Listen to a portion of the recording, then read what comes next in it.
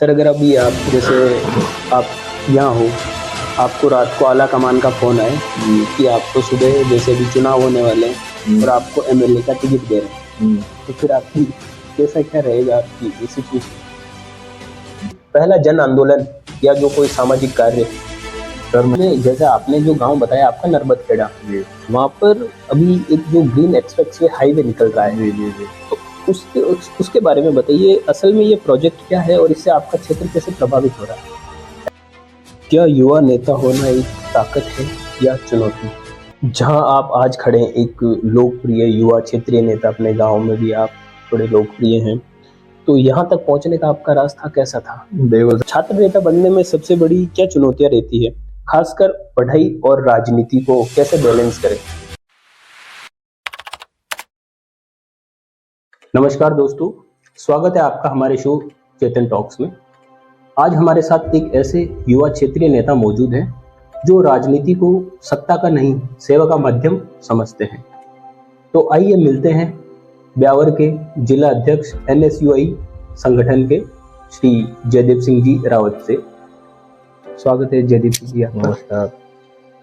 क्या हालचाल है सर आपके? बढ़िया, एकदम बढ़िया, ठीक है। तो जयदीप भाई, मेरा सबसे पहला क्वेश्चन ये था कि आपको राजनीति में आने का फैसला कब और क्यों लिया गया? देखो सर, राजनीति में आने का फैसला, वैसे तो मेरा फैमिली बैकग्राउंड ही पॉलिटिक्स है।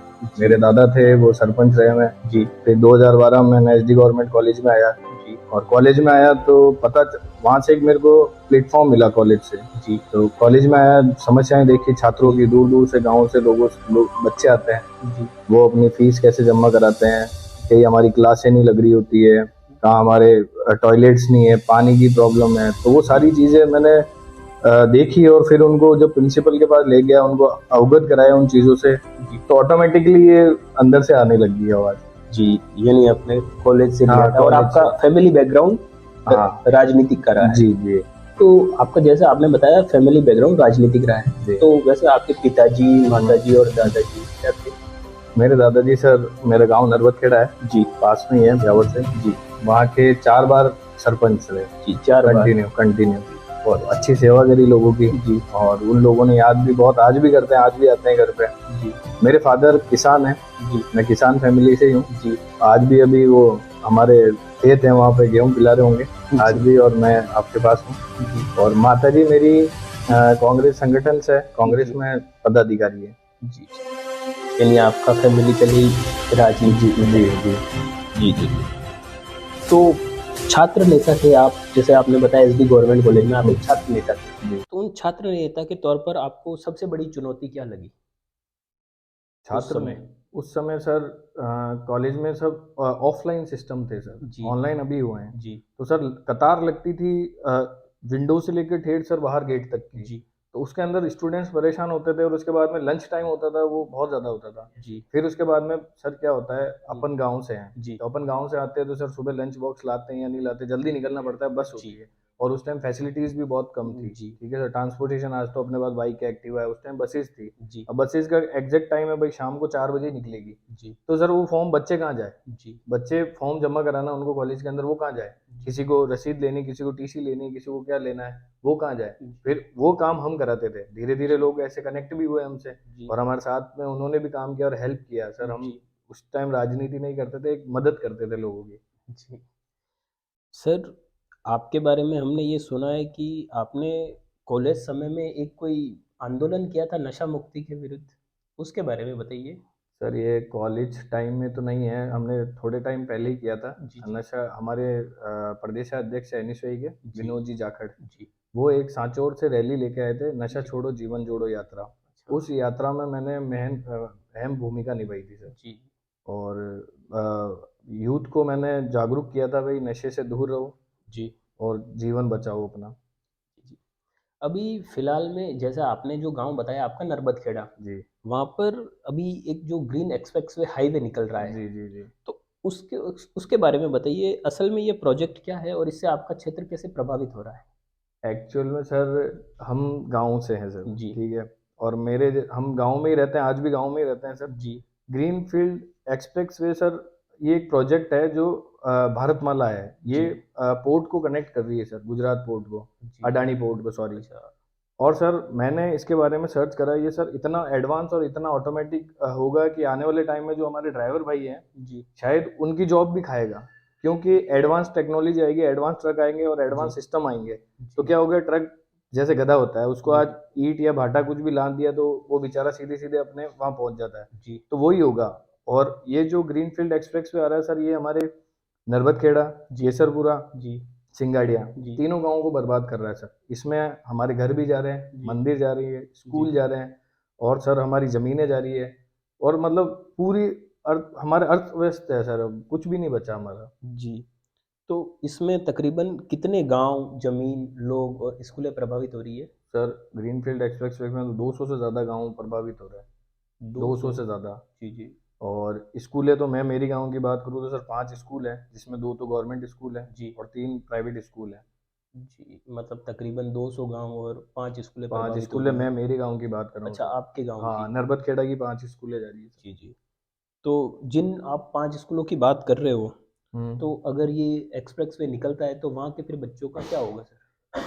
बच्चों का करियर और बच्चों का जो फ्यूचर है सर, अंधकार में है। जी। क्योंकि आज तो हम एक जगह रहते हैं और जी। हम जब पैदा हुए हैं, जब वहीं से वहीं रह रहे हैं सर, हमारे जी। पास वो इन्वायरमेंट और वो क्लाइमेट हम सेट है। जी। ग्रीनफील्ड एक्सप्रेस वे आएगा, जी। लोगों को क्या मिलेगा, पैसा मिलेगा, जी। जमीन के बदले पैसा मिलेगा। जी। अब वो जिस जो गांव में रहता है वो क्या करेगा, अपना घर दूसरी जगह बनाएगा। जी। अब उसको वैसा वहाँ पे इन्वायरमेंट मिले या नहीं मिले, या जी। स्कूल वैसा मिले। हमारा तो सर सिटी के पास में है तो अच्छी एजुकेशन है, सारे जी। गवर्नमेंट स्कूल में भी है, प्राइवेट स्कूल में भी है सर, जी। दोनों में अच्छी व्यवस्था है। लेकिन बात का क्या कह सकते हैं सर। जी, ये बात है। तो इनमें जो लोगों को एक मुआवजा वो मिल रहा है, वो सही और समय पर मिल रहा है? सर मुआवजे की बात अभी नहीं कर सकते, क्योंकि हमारे पास ओनली नोटिस आए हैं। अच्छा, सिर्फ हमारे नोटिस पास आया है। ओनली नोटिफिकेशन आया है कि भाई जी।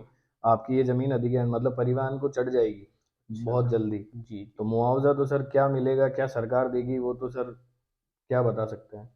तो जैसे अभी आपने बताया कि इससे तकरीबन 200 गांव, 5 स्कूल है और इतने लोग प्रभावित हो रहे हैं, तो इसका पर्यावरण पर भी कोई प्रभाव पड़ेगा? क्यों नहीं पड़ेगा सर। चलो हम तो एक घर से दूसरा घर बना लेंगे, जी। बेचारे जानवर जो वहाँ पीछे रहते हैं, खेतों में रहते हैं, जी। जंगल है पीछे, वो छोटा मोट जैसा भी है सर, वहां से तो बेचारे वो जो भी छोटे मोटे जानवर है वो तो उड़ेंगे, मरेंगे, क्या करेंगे, कहाँ जाएंगे जी। वो जी। भी। जी सर। क्योंकि बुलडोजर चढ़ेगा तो जी। घर तो तबाह हो गया। अब जी। एक पक्षी जो सुबह दाना चुग के आता है वो शाम को कहाँ जाएगा एकदम से, तो जी सर। शिकारी बनेगा वो तो सीधा सीधा प्रभाव है सर। जी। जी।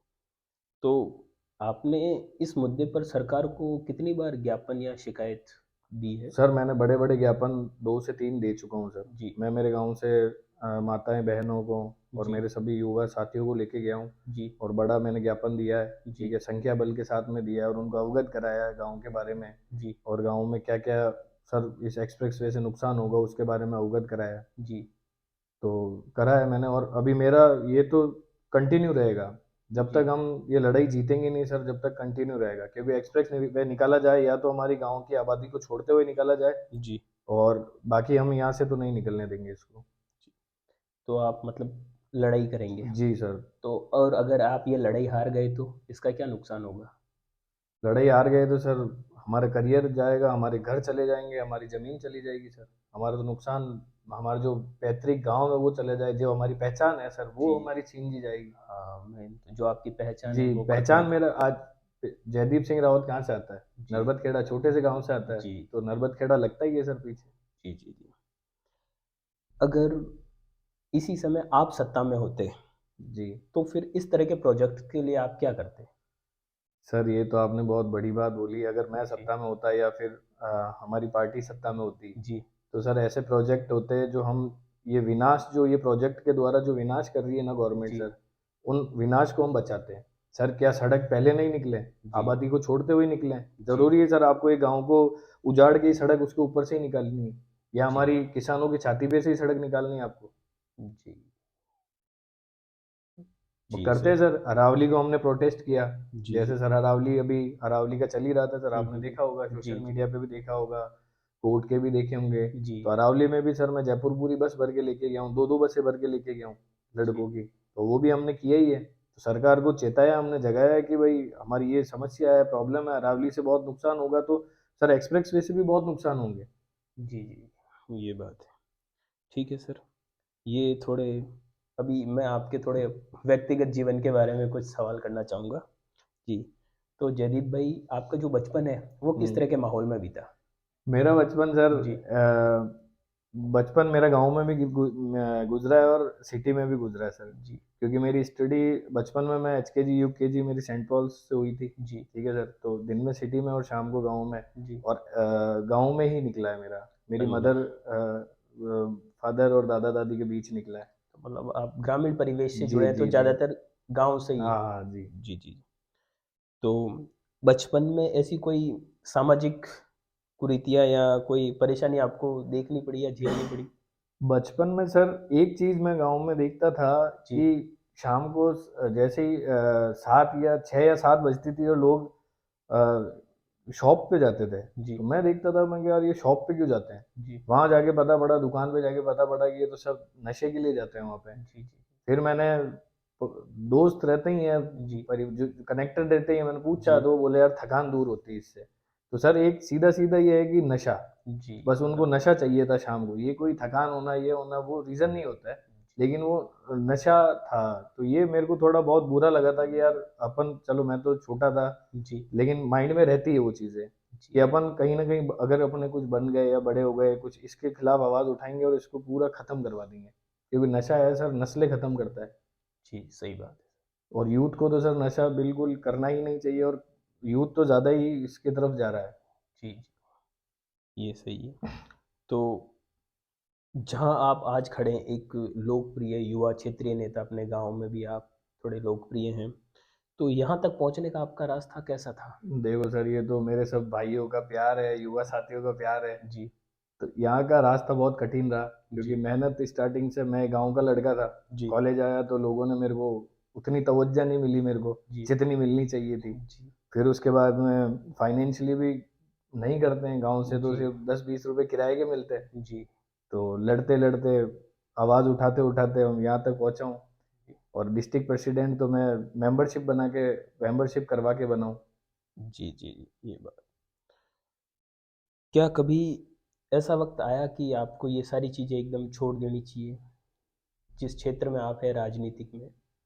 आया है सर, बहुत मोमेंट आते हैं सर। ये भी जैसे ग्रीन फील्ड प्रोजेक्ट आया कि जिस गांव में मैं खुद रह रहा हूँ सर, वो प्रोजेक्ट पूरे गांव को खा रहा है। हमारी जमीन चली जाएगी, जी। मतलब जहाँ से हम अनाज उगाते हैं, मेरी वो प्रॉपर्टी भी चली जाएगी, तो अब कहाँ जाएंगे हम। जी। तो वो एक मोमेंट था जिस दिन हमको पता पड़ा कि यार आपकी सारी प्रॉपर्टी और सारी गांव के लोग पूरे तहस महस हो जाएंगे, आप चला जाएगा। तो उस दिन एक बार के लिए लगा यार क्या करें हम, मतलब उस मोमेंट ने अंदर से वो झकझोर दिया। कर दिया था। जी, जी। तो ऐसे उस जो मुश्किल समय में आपके साथ कौन खड़ा रहा और कौन दूर हो गया? सर मुश्किल वक्त मेरे जीवन में, अभी तो सर ये एक बताया था मैंने अभी, जी। ये मुश्किल वक्त है मेरे लिए। जी। और दूसरा मुश्किल, जब मैं जिला अध्यक्ष बनने के लिए मेंबरशिप करा रहा था सर, जी। उसका एक छोटा सा एक वो दूंगा आपको। जी। मेंबरशिप से हम जिला अध्यक्ष बनते हैं सर। जी। हमारे एनएसयूआई में मेंबरशिप करानी, मेंबरशिप मतलब आप कॉलेज के स्टूडेंट होते हैं, उनके जी। आइडेंटिटी कार्ड से एक मेंबर बनता है। जी। तो हम ऐसे मेंबरशिप, मैंने सर 4 या 5 हजार मेंबरशिप कराई थी। जी। तो जिन लोगों पे मैंने विश्वास किया था, जी। जो संगठन में मजबूत थे और जी। रात दिन मेरे साथ में एकदम मजबूती से लगते थे, जी। तो हमको दूसरे दिन वहाँ हमारे जमा करानी थी सर मेंबरशिप, जी। जयपुर हमारे कार्यालय में। जी। तो उस दिन सुबह सुबह मेरे को, जैसे 5 हजार मेंबरशिप का हमारा टारगेट था, अभी 5 हजार है, लेकिन उस दिन सुबह पता पड़ता है कि आपके पास मेंबरशिप 2 हजार है। तो ये मेरे लिए भी शॉकिंग था एक, जी। कि जिन लोगों को मैंने विश्वास किया था उन्हीं ने मेरे साथ धोखा किया। जी। फिर जी। मैंने हार नहीं मानी, लेकिन उस दिन वहां पे सोच के आया कि मैं ये 2 हजार नहीं, हुँ। 5 हजार मेंबरशिप कराऊंगा वापस। तो जी। मैंने और करवाई, और मैं उस दिन उसके बाद में जिला अध्यक्ष बन के आया ब्यावर। जिला बनती प्रथम जिला अध्यक्ष जयदीप बना था। जी। तो फिर आपने 5,000 करवाई 5 हजार मेंबरशिप? करवाई है सर। जी, बहुत-बहुत बधाई हो सर आपको। तो उसी समय जैसे अभी आप कॉलेज के प्रेसिडेंट थे, इतना हम्म। सारे आपने कार्य किए, तो आपका ऐसा कोई पहला जन आंदोलन या जो कोई सामाजिक कार्य? सर मैंने जन आंदोलन भी किए हैं, सामाजिक कार्य तो बहुत किए सर, जी। गिना तो नहीं सकता आपको। जी। हुँ। एक हमने सर ये जो भर्ती परीक्षा रद्द के बारे में हुआ था, बार बार जी। जो बीजेपी सरकार ये करवाती है, परीक्षाएं करवाती है, बार बार रद्द करवाती है, कभी पेपर लीक हो जाता है, जी कभी उन लोगों पे ईडी का आ जाता है सर, कभी क्या कभी क्या, उनकी वजह से अपने छात्रों को भुगतना पड़ता है। तो उसके जी खिलाफ मैंने चांगेटी पे मोदी जी का पुतला फूका था सर। जी तो वो एक वो था। हम्म, उसके बाद में मैं जहाँ रहता हूँ नरबत खेड़ा के पास में एक प्राइवेट कॉलेज है सर। जी उस कॉलेज में क्या होता है सर, गांव के जो लड़के हैं जी उनसे फीस लेके उनको मतलब फेल किया जा रहा है। मतलब फीस लेके in the sense college fees तो है ही है, जी लेकिन क्या होता है कई बार होता है ना डोनेशन अच्छा टाइप्स, लोग ओके फीस मतलब एक रिश्वत मांगने का एक इनडायरेक्टली तरीका होता है वो। जी तो जो जो बच्चा डोनेशन दे रहा है वो तो पास हो रहा हम्म, है और जो बेचारा गांव से किसान परिवार से आता है वो कहाँ से लाएगा डोनेशन? वो तो पेन पे और अपनी पढ़ाई पे मेहनत पे विश्वास रखेगा। जी तो ऐसी सूचना मेरे को मिली थी कि भाई हम्म, वहाँ के लड़के हैं और आपके वहाँ पे ऐसा ऐसा हो रहा है। जी तो मैं एंड टू एंड वहाँ गया, कॉलेज पूछा मैं सर ऐसी ऐसी बात हो रही है। तो वहाँ जाके और पता पड़ा कि सर कॉलेज के अंदर वो लड़के प्रेजेंट ही नहीं है, वो लड़के बाहर ड्यूटी कर रहे हैं गुड़गांव में कहीं पे, और उनकी यानी अटेंडेंस यहाँ चल रही है जी और वो लोग पास हो रहे हैं, और जो बेचारे रोज रेगुलर कंटिन्यू कॉलेज आ रहे हैं जी वो लोग फेल हो रहे हैं। तो मैंने उसको उनको सब लड़कों को इकट्ठा करा, जी प्रिंसिपल से बात करी और उसके बाद में उनको इंसाफ दिलाया, और आज वो लड़के सब पास है। जी ये सर बहुत अच्छा कार्य है ये हाँ। तो। अ, जैसे आपने ये इतना कार्य बताया ये किया, हम्म। इसमें लोगों का भरोसा जीतना कितना मुश्किल रहा? सर भरोसा जीतना बहुत मुश्किल रहा। भरोसा सर, भरोसा जीता जाता है काम से, जी आपकी अच्छाई से। जी आप लोगों से कैसे कनेक्टेड है, लोगों से कैसे बात करते हो। जी तो सर मैंने ये जैसे आपको कॉलेज का एग्जांपल दिया, मैंने जी ये काम कराया तो वहाँ के लड़के जुड़े, मेरे से यूथ जी जुड़ा। जी मैंने एसडी गवर्नमेंट कॉलेज के मेरे कॉलेज के काम करवाए, मैंने जी बाहर दूसरे और कहीं के काम, तो ऑटोमेटिकली सर मैं काम करता गया, संघर्ष करता गया और ये यूथ ऑटोमेटिकली जुड़ता गया। और उसी से आपका भरोसा बनता जी रहा। जी जी। जी जी जैसे लोगों ने जितना भरोसा दिखाया आप पे, हाँ। दो तरह के लोग होते हैं सर। अगर किसी के समर्थक है तो उसके आलोचक भी होंगे। हम्म। तो कभी आपकी ऐसी आलोचना हुई है? और अगर हुई है तो फिर आपने उस तरह से कैसे डील की?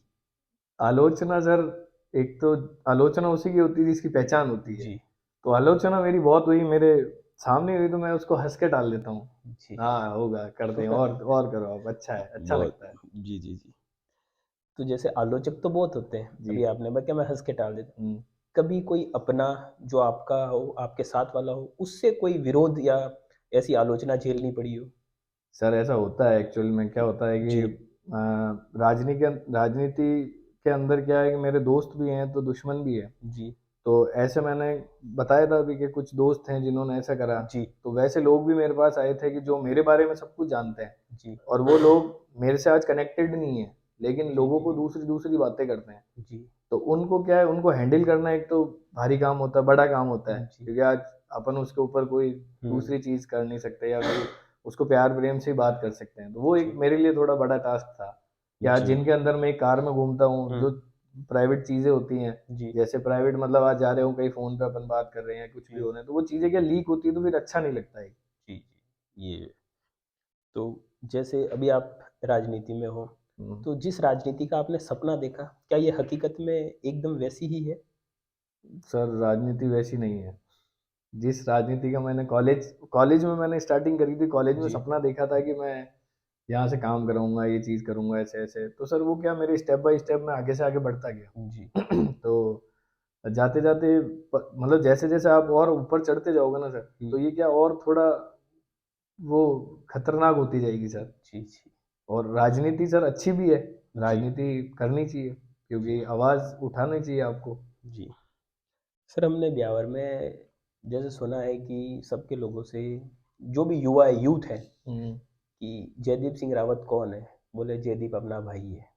तो आप युवाओं में इतने लोकप्रिय कैसे हैं सर? इसका कोई विशेष कारण? सर युवाओं में लोकप्रिय सर ऐसा रहा कि लोकप्रियता जैसे मैंने बताया कि बढ़ती है कि अपने भाईचारे से बढ़ती है। मेरे सर जी भाई बहुत ज़्यादा है, मेरे जी बहुत ज़्यादा दोस्त हैं जी मेरे, और दोस्त भी ऐसे हैं कि सर ज़मीनी स्तर के दोस्त हैं, और मैं खुद उनके साथ में उनके हर सुख दुख में शामिल रहता हूँ। जी तो भाई मैं वैसे ही बना कि उनके हर दुख में शामिल हुआ हूँ। सुख में जी मैं जा पाऊँ या नहीं पाऊँ, लेकिन उनके हर दुख में ज़रूर खड़ा रहूँ। क्या बात इसीलिए सर ये मिला है है, और प्यार है सब जी मेरे भाइयों का ही, जी जी मेरे युवा साथियों का।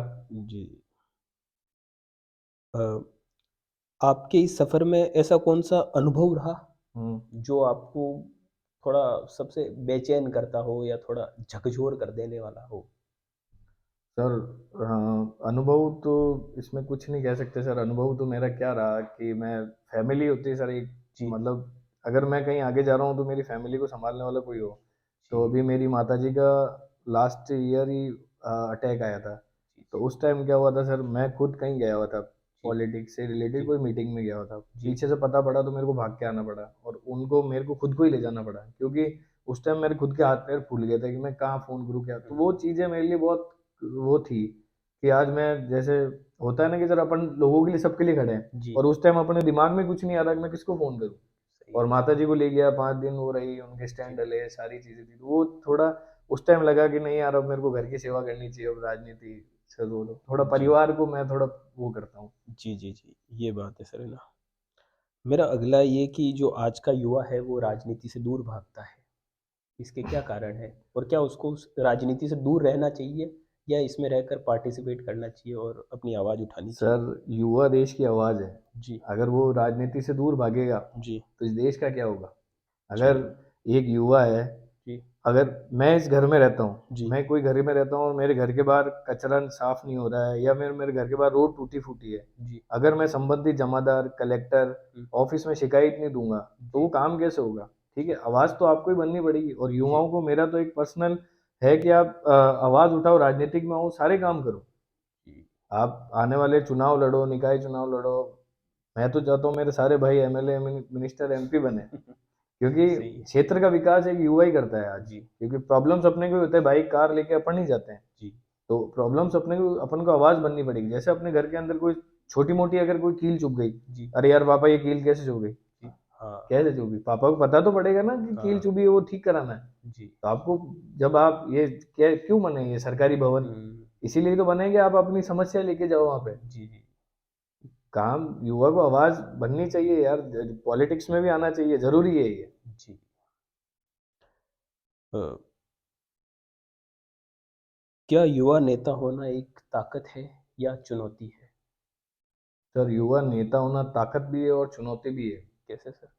ताकत तो मिलती है सर यूथ से, जी और चुनौती मिलती है आपको, जैसे चुनौती तो बहुत ज़्यादा है सर, चुनौती तो आती रहती है। हम्म, चुनौती होती है सर, सबसे बड़ा इसमें चुनौती मैं मानता हूँ, एक तो फाइनेंशियली चीज़, जी फाइनेंशियली चुनौती आती है। हम्म क्योंकि आज आप कहीं मीटिंग है आपकी, हम्म मान लीजिए सर अजमेर हो, जी अजमेर आपके साथ 20-30 लोग चलना चाहते हैं, हम्म तो सर युवा नेता ही करेगा। जी तो सर फाइनेंशियली दिक्कत आती है। हम्म फिर उसके बाद में दिक्कत ही आती है सर, आलोचना वाली दिक्कत आती है। हम्म अब उन लोगों को भी सेट करना पड़ता है, जी कैसे क्या करें। वैसे तो मैं सबको साथ लेके चलता हूँ, आप जी आलोचना भी करोगे तो मैं, फिर भी मैं बोलूंगा तू मेरे साथ रहे। जी ये बात, जैसे आपके अनुसार एक अच्छे नेता की क्या पहचान होनी चाहिए? सर मेरे हिसाब से अच्छे नेता की एक पहचान होनी चाहिए कि आप जहाँ से ग्राउंड, जमीनी स्तर का नेता होना चाहिए सर। जी जमीनी स्तर मतलब लोगों के साथ बैठे उठे, जी लोगों की समस्याएं पता चले। क्योंकि सर आज क्या होता है, कोई भी बड़ा नेता बन जाता है, जी वो ऑफिस पकड़ लेता है। जी सर हर गांव का बंदा या सिटी का हर हर बुजुर्ग आदमी सर आपके ऑफिस नहीं आ सकता। आपको एक महीने का एक ऐसा दिन होना चाहिए कि आप लोगों के बीच में जाएं, सही है लोगों से जुड़े सर, लोगों से सीधे संवाद हो आपका। जी जी क्योंकि सर जरूरी है वो चीज़ें सर। जी जी सर, क्या राजनीति सेवा से शुरू होकर सत्ता पर खत्म हो जाती है, ये नहीं, बात कितनी सही है? नहीं सर, मेरी तो सर हमेशा, मैं स्टार्टिंग में मेरे दादा ने मेरे को ये सिखाया, सेवा। जी और मैं सर सेवा ही करूँगा सर। जी सर, अभी कुछ आपके जो छात्र है उसके बारे में बात कर लेते हैं। सर, छात्र नेता बनने में सबसे बड़ी क्या चुनौतियाँ रहती है, खासकर पढ़ाई और राजनीति को कैसे बैलेंस करें? सर पढ़ाई और छात्र राजनीति को तो बैलेंस सर, दिन में तो अब हम पढ़े वो करते थे सर, नेतागिरी। जी जो नेतागिरी मतलब हम्म, सोशल वर्किंग करते थे, जी सारे काम करते थे, वो शाम को पढ़ाई करते थे। तो वो जी तो सर दोनों चीज़ें स्टेबल करके ही चलनी पड़ती है। पास होना भी जरूरी है, जी क्योंकि परिवार देख रहा है, लोग देख रहे हैं। सही है अगर ये। हम फेल हो गए तो फिर हम्म, बोलेंगे ये तो 12वीं फेल है। जी जी जैसे बहुत सारे छात्र होते हैं, वो राजनीति में तो आने चाहते हैं लेकिन हम्म, उनमें क्या थोड़ा नेतृत्व क्षमता की कमी रहती है, यानी लीडरशिप क्वालिटी की। जी तो उनमें अगर लीडरशिप क्वालिटी इन्हेंस करने के लिए आप उन्हें क्या सलाह देंगे? सर उनको मैं यही सलाह दूंगी कि आप कोई से भी पार्टी से जुड़े हुए हो, जी पार्टी की मीटिंग मिस मत करो एक। जी ठीक है सर, हर मीटिंग में जाओ, जी पार्टी की हर मीटिंग में जाओ, हर बैठक में जाओ। जी हर कॉलेज में आप कंटिन्यू एक्टिव रहो। अगर आप छात्र नेता हो तो कॉलेज में एक्टिव रहो, और बड़े नेता हो तो आप पार्टी की मीटिंगों में जाओ, क्योंकि सर वहीं से इंसान सीखता है, नेतृत्व वहीं से सीखता है कि आपको कैसे क्या करना है। आज हमको अरावली का मुद्दा मिलता है तो अरावली का तो सोशल था, दूसरे मुद्दे भी मिलते हैं, कहीं पानी का मुद्दा आता है, तो चीज़ें वो वहीं से ही आती है सर। और छोटे मोटे प्रोटेस्ट करो आप, क्योंकि प्रोटेस्ट ही एक सबसे बड़ा आपको है कि आपको उठा सकता है। जी आप सत्ता में हो या नहीं हो, प्रोटेस्ट आप करते रहो, लोगों की आवाज़ बनते रहो। जी जी जी ठीक है। अभी सर दो चार हमारे रैपिड फायर क्वेश्चन है आपको, उसमें बताइएगा, है ना। तो आपके बचपन का निकनेम क्या था? मेरा बचपन का निकनेम था बंटी। बंटी, ठीक है। और कॉलेज टाइम में आपकी कोई गर्लफ्रेंड रही है? नहीं सर, ऐसा कोई नहीं था। बिल्कुल। और अभी तक आपने शादी क्यों नहीं की? सर क्या होता है कि राजनीति के आने के बाद में सर इन चीज़ों का टाइम ही नहीं मिलता। जी। और अब मैं तो गांव से आता हूँ तो लोग देखते हैं, अरे यार वो तो नेतागिरी करे, तो वो भी होता है, चीज़ें कई सारी होती है। अपन आप मेरे ही समाज को, आपको खुद को पता होगा जी कैसे जी क्या सर। आपको झेलना पड़ती है चीज़ें। जी सर, ये तो ही। आपने कभी रिश्वत ली है? नहीं सर, कभी नहीं सर। रिश्वत तो मैं कोई ऐसी पोजीशन पे तो क्या सर, कोई मतलब ऐसे मेरे को पसंद भी नहीं है सर, रिश्वत जी नाम ही पसंद नहीं है मेरे को सर ये। जी जी। कॉलेज में किसी ने आपको प्रपोज मारा हो? नहीं सर, ऐसा कोई नहीं है। दोस्तों के साथ कुछ ऐसा काम किया हो जो नहीं करना चाहिए आपको, दोस्तों के यार दोस्त है करना पड़ेगा तेरे को, नहीं तो सर, उसमें? दोस्तों के साथ में तो सर देखो क्या है कि राजनीति में नहीं आया तब घूमे फिरे भी खूब है, खूब जी मजे भी करें, क्योंकि सर एक दोस्ती एक चीज होती है जहाँ पे जी आप थोड़ा दिन भर का स्ट्रेस थोड़ा फ्री कर सकते हैं सर। जी जी। तो दोस्ती तो दोस्ती रहेगी सर, क्योंकि अच्छा। आज नाम बनाने वाले सब करने वाले वही हैं। आज मैं तो जयपुर से होता हूँ, फोन कर देता हूँ मेरे को यहाँ पे इतने चाहिए, इतना सब कुछ, तो सर कोई कोई दूसरा नहीं आता सर, ये दोस्त ही हैं जो आते हैं मेरे लिए। जी सर, अगर अभी आप जैसे आप यहाँ हो, आपको रात को आला कमान का फ़ोन आए जी। कि आपको सुबह जैसे अभी चुनाव होने वाले हैं और हम्म। आपको एमएलए का टिकट दे रहे हैं, हम्म। तो फिर आपकी कैसा क्या रहेगा आपकी जो सिचुएशन? सर ये तो मतलब मैंने सोचा भी नहीं है, और वही। सिचुएशन होगी तो हैंडल करेंगे सर, हम्म, जाएंगे करेंगे बात। जी जी मैं तो चाहता हूँ मैं समाज सेवी बनूँ, जी लोगों की आवाज़ बनूँ, लोगों के काम करूँ। और मैं तो सर ऐसे क्षेत्रों में भी घूमना चाहता हूँ, जैसे अपने टाटगढ़ है, जी गाफा है, सरूपा है, जी जहाँ ना नेटवर्क आते हैं सर ना कुछ है, तो मैं तो जाना चाहता हूँ सर, जी। काम करना चाहता हूँ। ठीक है सर, ये हमारे रैपिड फायर ख़त्म हुए। अभी एक लास्ट क्वेश्चन है। आज से यहाँ से आप आने वाले 10 वर्षों में अपने आप को कहाँ पर देखते हैं सर? सर मैंने जैसा कि अभी बताया मैंने आपको, हम्म, मैं आज भी ज़मीनी स्तर से ही जुड़ा रहना चाहता हूँ, और दस जी वर्षों बाद में भी मैं मेरे लोगों के साथ में जुड़ा रहना चाहता हूँ। जी मेरे को सर ज़्यादा बड़ी राजनीति नहीं करनी है सर, मैं जी अपने क्षेत्र के लोगों के साथ रहना चाहता हूँ, जी और मैं मेरे गांव के बच्चों के साथ खुश हूँ। जी। सर लास्ट में हमारे श्रोताओं के लिए कोई संदेश आपका? श्रोताओं के लिए एक संदेश है कि आप अपनी आवाज़ बनो, और राजनीति के अंदर एक्टिव हो, क्योंकि आप आपकी आवाज़ आप ही बन सकते हो और आप ही उठा सकते हो, क्योंकि हर जगह कहीं एक पॉलिटिकली लोग एक्टिव नहीं रह सकते। आप जब तक हमारे पास समस्या लेके नहीं आओगे या फिर अवगत नहीं कराओगे, जब तक हमको पता नहीं चलेगा। तो मेरा एक आपके लिए यही है कि आप पॉलिटिकली भी एक्टिव हो, और अपने आवाज़ बनो, अपने अपने एरिया की आवाज़ बनो, अपने गांव की आवाज़ बनो। तो यही रहेगा मेरा। जी sir, thank you so much sir आपका। धन्यवाद। तो दोस्तों, आज हमने देखा कि राजनीति पद से नहीं, सेवा से जानी जाती है, और जब तक हमारे सवाल जिंदा है तब तक लोकतंत्र जिंदा है। मैं हूं चेतन सिंह और आप देख रहे हैं चेतन टॉक्स। ऐसी ही सच्ची कहानियां जानने के लिए देखते रहिए the Chetan talks. Thank you. जय हिंद। जय हिंद।